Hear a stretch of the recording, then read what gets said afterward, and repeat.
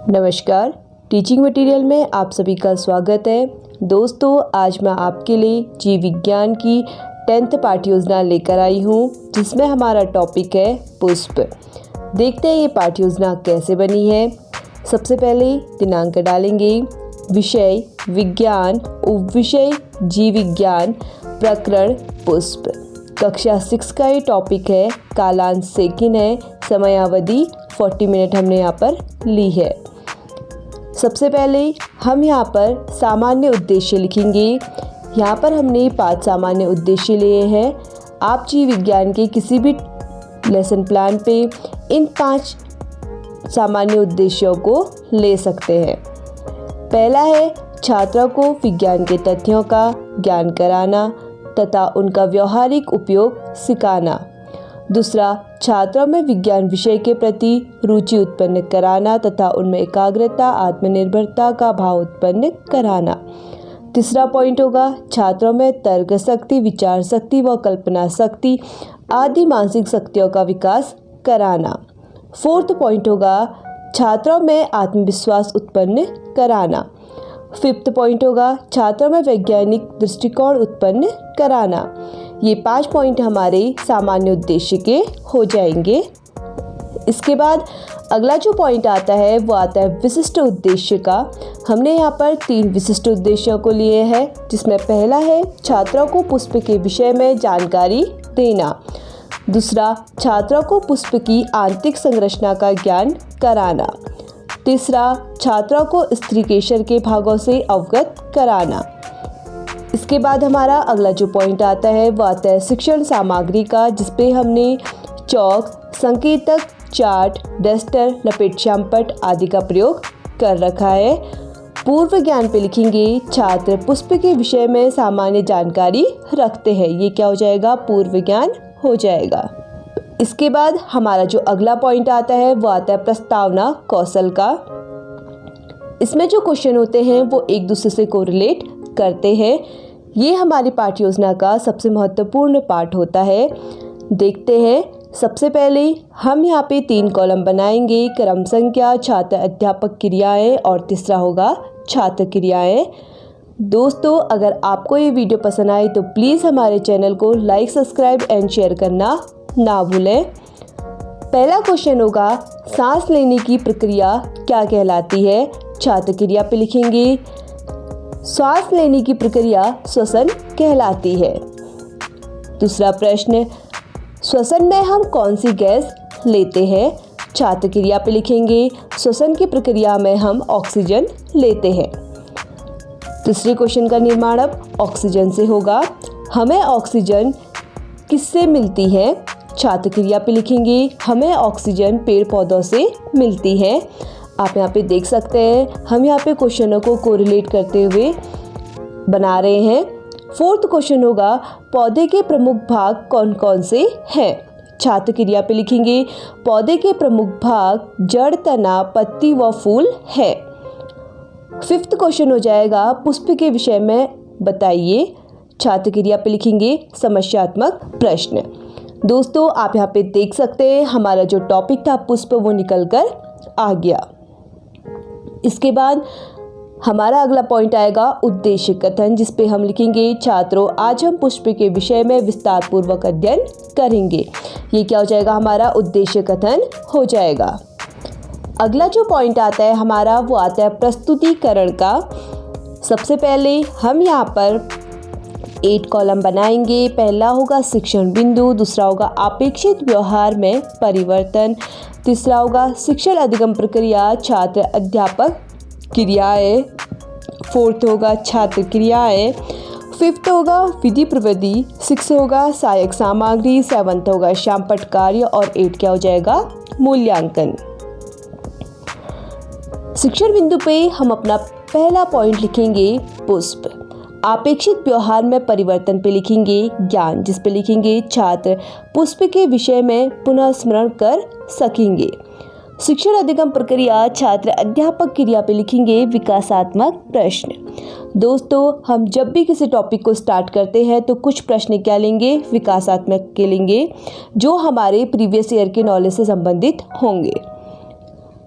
गुलाब का पौधा दिखाते हुए पहला प्रश्न करेंगे, यह क्या है? छात्र क्रिया पे लिखेंगे यह गुलाब का पुष्प है। दूसरा प्रश्न, गुलाब के पौधे को आपने कैसे पहचाना? छात्र क्रिया पे लिखेंगे गुलाब के पौधे को हमने फूल से पहचाना। थर्ड क्वेश्चन हो जाएगा, फूल तथा पुष्प के विषय में आप क्या जानते हैं? छात्र क्रिया पे लिखेंगे अस्पष्ट उत्तर। विधि प्रविधि क्या हो जाएगी? यहाँ पे प्रश्नोत्तर विधि हो जाएगी। इसके बाद आपेक्षिक व्यवहार में परिवर्तन पे अब लिखेंगे बोध, जिस पे लिखेंगे छात्र पुष्प के विषय में विस्तार पूर्वक व्याख्या कर सकेंगे। शिक्षण अधिगम प्रक्रिया छात्र अध्यापक क्रिया पे लिखेंगे छात्र अध्यापक कथन। यहाँ पर जो छात्र अध्यापक या फिर अध्यापिका होंगी वे अपने टॉपिक की अब यहाँ पर क्या करेंगी? व्याख्या करेंगी। पौधा दिखाते हुए पौधे पे नजर आ रहा रंगीन भाग पुष्प कहलाता है। पुष्प को पौधे का जनन भाग भी कहते हैं। पुष्प का सबसे निचला भाग पुष्पविंत कहलाता है। इस पर पुष्प के सभी भाग लगे होते हैं। पुष्प हरा पत्ती जैसा भाग बाह्य दल कहलाता है। पुष्प का रंगीन भाग दल पुंज कहलाता है। छात्र क्रिया पे लिखेंगे छात्र ध्यानपूर्वक सुनेंगे तथा महत्वपूर्ण बिंदु अपने उत्तर पुस्तिका पे उतारेंगे। विधि प्रविधि क्या हो जाएगी? यहाँ पर व्याख्यान विधि तथा प्रदर्शन विधि हो जाएगी। आप यहाँ पे देख सकते हैं हमने यहाँ पे चार्ट पर पुष्प के दर्शा रखा है, जिसपे हमने पुष्प के विभिन्न भागों को दिखाया है। अब यहाँ पर आप एक प्रश्न क्या बना लीजिए? मूल्यांकन का बना लीजिए।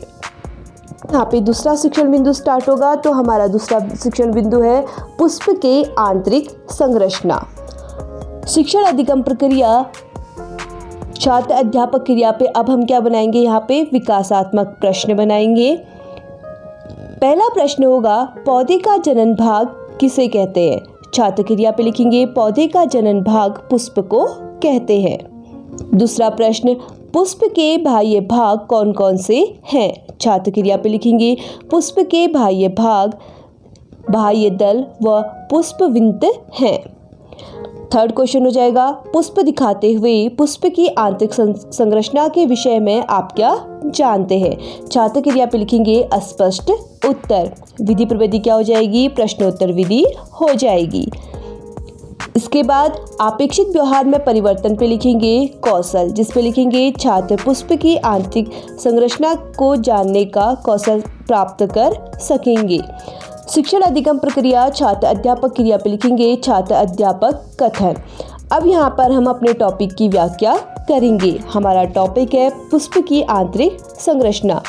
पुष्प दिखाते हुए पुष्प की आंतरिक संरचना में पुष्प के जनन भाग आते हैं। इन्हें मुख्यतः दो भागों में बांटा गया है, पुंकेश्वर और स्त्रीकेशर। चार्ट दिखाते हुए पुंकेश्वर को पुष्प का नर जनन अंग कहते हैं, स्त्रीकेशर पुष्प का मादा जनन अंग कहते हैं। छात्र क्रिया पे लिखेंगे छात्र ध्यानपूर्वक सुनेंगे, महत्वपूर्ण बिंदुओं को अपने उत्तर पुस्तिका पे नोट करेंगे। विधि प्रविधि क्या हो जाएगी? यहाँ पर व्याख्यान विधि हो जाएगी और प्रदर्शन विधि हो जाएगी।